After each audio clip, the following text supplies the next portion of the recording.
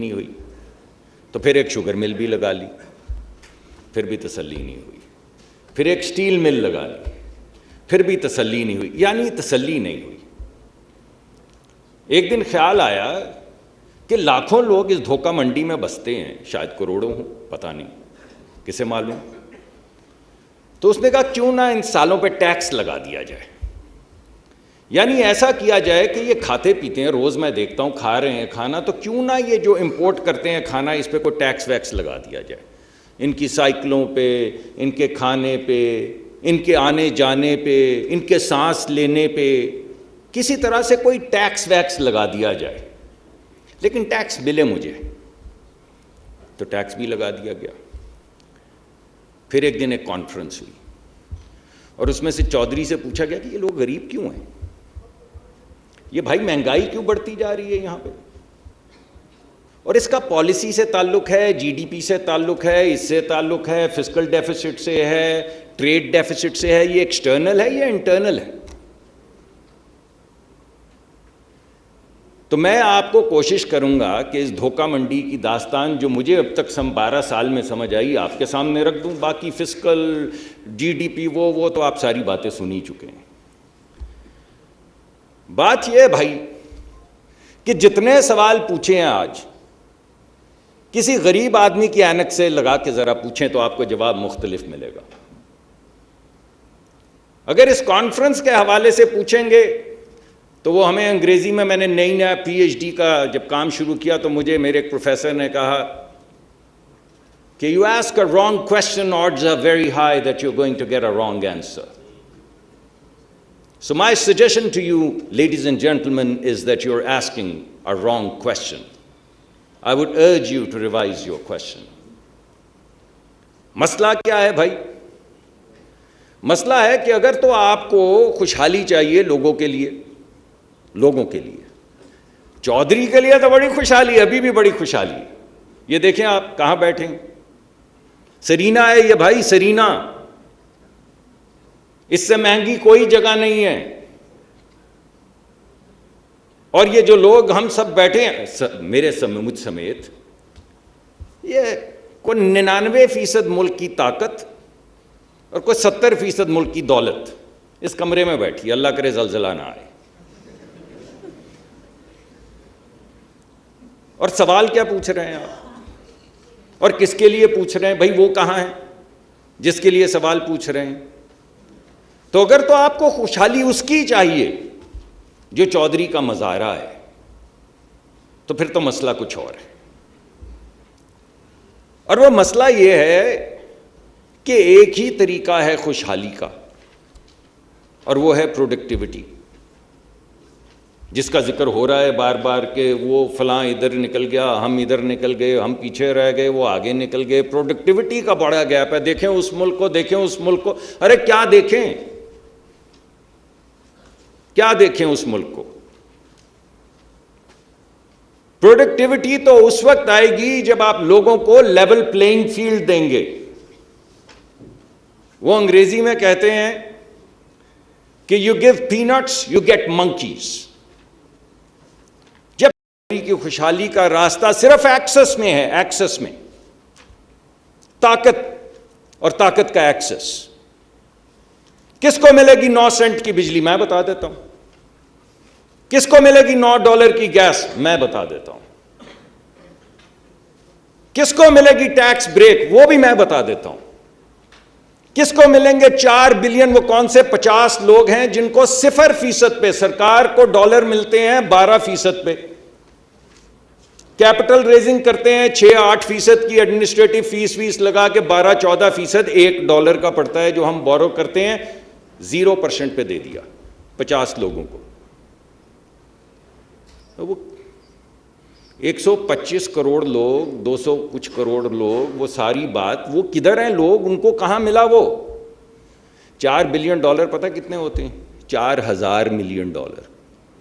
جس ملک میں $4000 ملین 50 لوگوں کو دے دیے جائیں اور سوال پوچھا جائے کہ یہ باقی لوگ غریب کیوں ہیں، تو میں آپ کو کیا جواب دوں اس کا؟ وہ 4 بلین $4 لوگوں میں بھی تو بانٹے جا سکتے تھے، چھوٹے چھوٹے کارخانے لگانے کے لیے۔ وہ لڑکے لڑکیاں جن کے ذہن میں آنکھوں میں خواب ہیں کہ ہم کالج سے اسکول سے نکلیں گے, کچھ پیسے ملیں گے, کوئی نئی کمپنی بنائیں گے اور یونیکارن بنے گا, انہیں کیوں نہیں دیے بھائی؟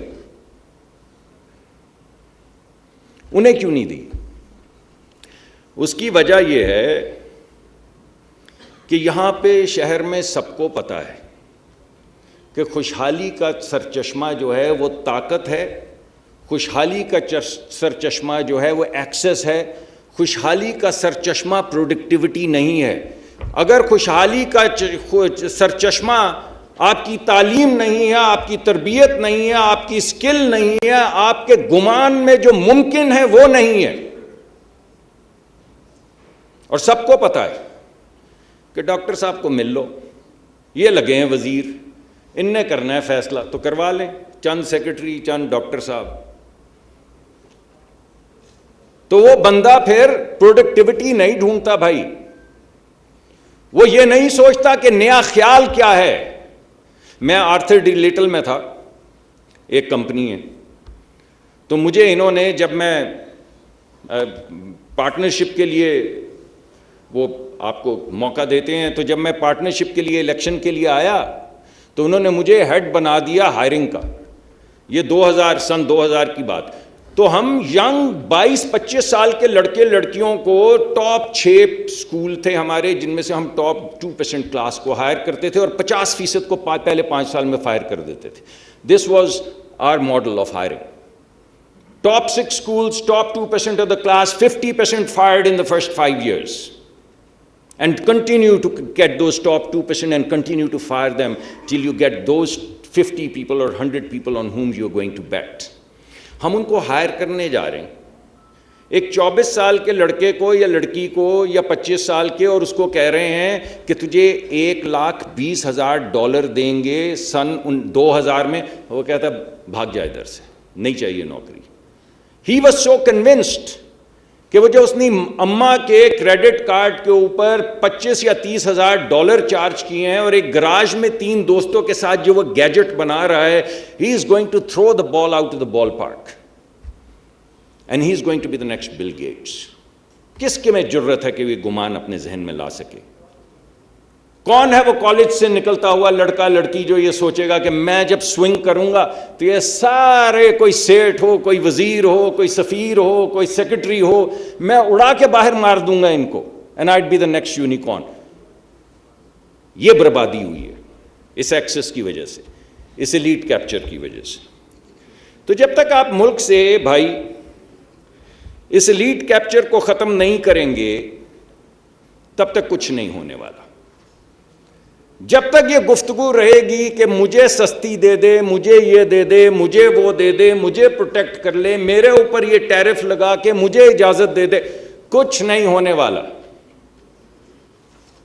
ابھی پرائم منسٹر نے مجھے ایک ملک سے آنے والی تمام سرمایہ کاری کا انچارج بنایا, تو میں گھومتا رہتا ہوں. آپ سارے بیٹھے ہوئے ہیں یہاں پہ, آپ سب کی سب سے زیادہ طاقت ہے, سب سے زیادہ کریٹیو آئیڈیاز آپ کے پاس ہیں. $1 بلین کا مجھے آئیڈیا بتائیں ایکسپورٹ بیسڈ. جو انویسٹر آتا ہے آپ اس کو کہتے ہیں ڈومیسٹک کنزمپشن کے اندر پیسے لگا دو, سیمنٹ مل لگا دو, بڑے پیسے ہیں, ہم تمہیں سستا ٹیرف لے دیں گے, ہم تمہیں سستی بجلی لے دیں گے.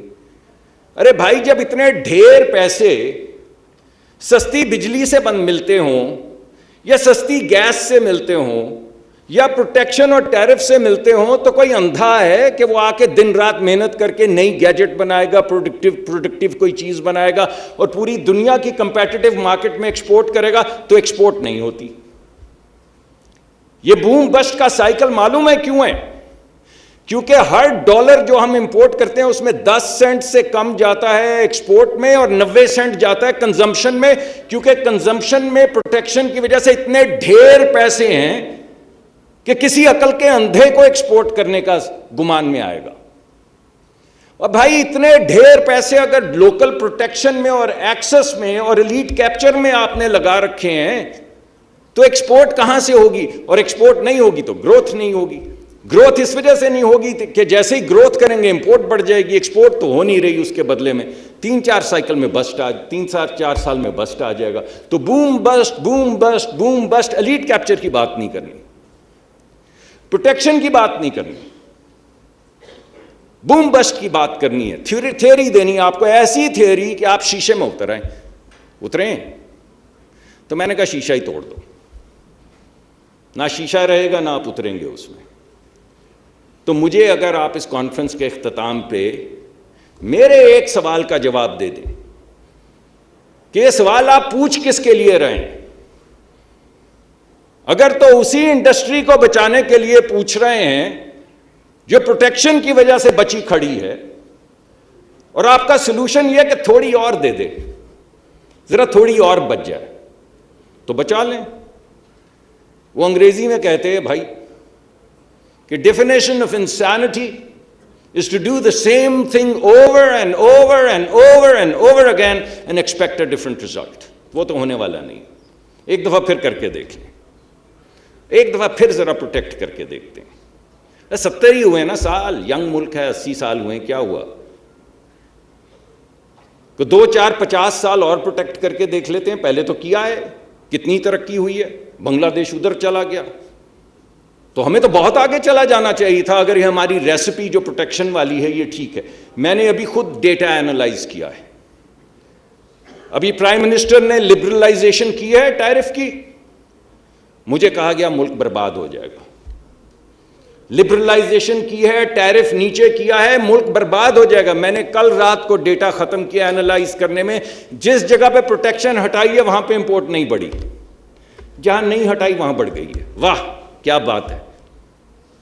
جہاں پہ آپ نے ٹیرف کم کیا ہے وہاں پہ امپورٹ نہیں بڑھی, وہاں پہ کوئی 15-20% بڑھی ہے, جہاں نہیں کیا وہاں پہ 30-35% بڑھی ہے. تو کیا ہو رہا ہے یہاں پہ, ٹیرف لبرلائزیشن تو امپورٹ نہیں بڑھ رہی, تو پھر کس چیز سے بڑھ رہی ہے؟